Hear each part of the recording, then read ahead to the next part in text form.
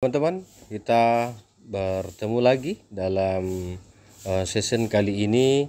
Kita akan membahas apakah benar bahwa registrasi lahan ini menjadi syarat untuk pabrik porang mengekspor bahan baku.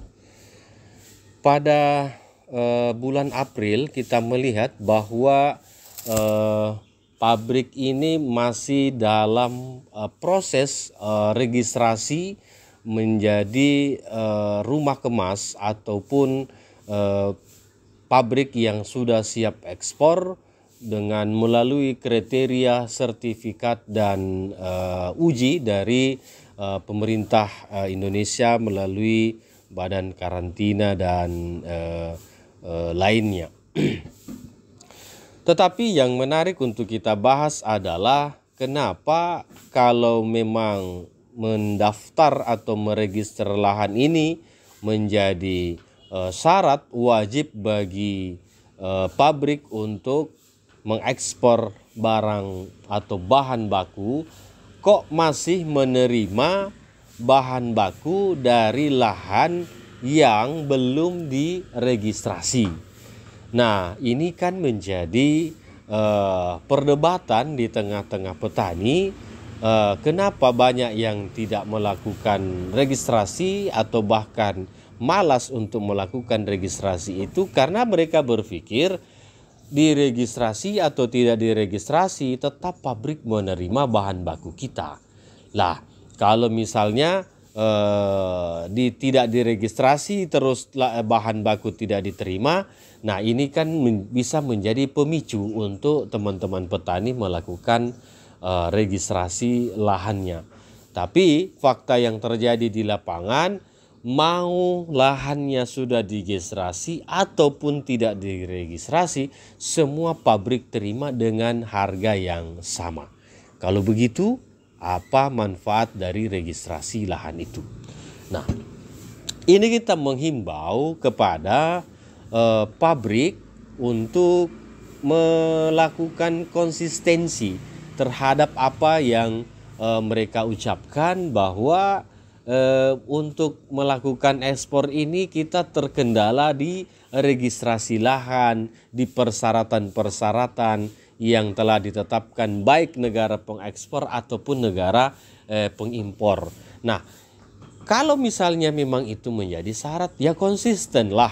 Jangan menerima umbi produksi maksud kami yang belum diregistrasi lahannya, agar menjadi semangat bagi teman-teman yang belum meregistrasi untuk ikut juga meregistrasi lahannya. Itu yang pertama. Yang kedua adalah apakah memang ada perubahan harga ketika si petani ini sudah meregistrasi lahannya, sudah keluar sertifikat registrasi lahannya, apakah betul ada perbedaan harga penerimaan umbi produksi dengan yang belum diregistrasi?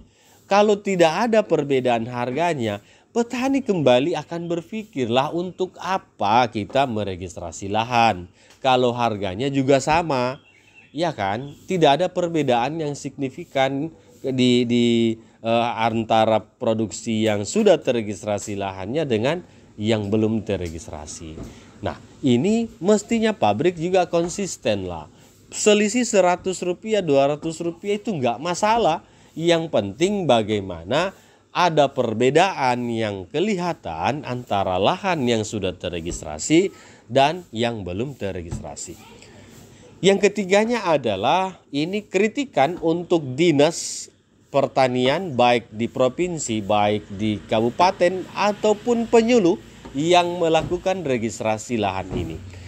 Sesuai dengan aturannya di situ ada 90 lebih, kurang lebih di situ pertanyaan yang wajib diisi itu 70. Di antara pertanyaan-pertanyaan itu ada klasifikasi dan jenis tanah, ada kandungan-kandungan tanah. Kalau memang ada yang sudah terbit sertifikatnya, apakah sudah melalui uji ini? Ataukah hanya administrasi saja? Ataukah hanya itu formalitas saja? Yang penting asal bos senang. ABS asal bos senang. Maksudnya adalah persyaratan-persyaratan yang dipersyaratkan itu tidak dilalui dengan benar. Hanya menginput saja, hanya isi iya atau tidak. Tidak ada seleksi dan segala macamnya. Tidak ada pengukuran tes pH tanah berapa, kandungan organik tanah berapa, kadar N-nya berapa, dan hayati yang ada di dalam tanah bagaimana populasinya. Kalau tidak ada itu, hanya sekedar hanya sekedar administrasi kertas tok saja sebagai pembuktian untuk memperlihatkan ke negara lain bahwa sudah terregistrasi atau belum. Untuk apa? Tujuannya itu untuk apa? Enggak ada tujuannya, enggak ada manfaatnya sama sekali. Kalau itu, hanya itu yang kita harapkan, sekertas, selembar kertas itu saja yang kita harap. Untuk apa? Yang kita mau adalah bagaimana betul-betul ketika registrasi ini dijalankan, petani melakukan hal yang sesuai tertuang di persyaratan untuk registrasi itu. Nah, yang keempatnya adalah apa tujuan akhir dari registrasi lahan ini. Kalau sekedar hanya untuk nantinya mengevaluasi sistem budidaya di Indonesia, itu masih oke.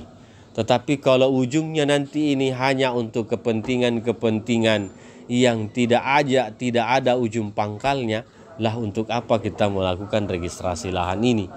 Kalau misalnya ini diperuntukkan untuk bagaimana kita bersaing nanti di tingkat internasional, tanaman pangan kita, tanaman sayuran kita, tanaman buah kita, ya tidak ada masalah. Kita akan dukung, kita akan support ini supaya bisa menjadi tersampaikan semuanya informasi ini ke masyarakat. Tapi kalau nanti ujung-ujungnya panas-panas tai ayam saja, hanya untuk proyek 1-2 itu saja, ya sudah, berarti Indonesia ini memang tidak ditakdirkan untuk kaya petaninya. Begitu mungkin teman-teman ulasan kita hari ini. Insya Allah kita akan bertemu lagi pada sesi-sesi berikutnya, tetap membahas kritikan, masukan, dan bagaimana berinovasi di tanaman pertanian. Salam dari Makassar.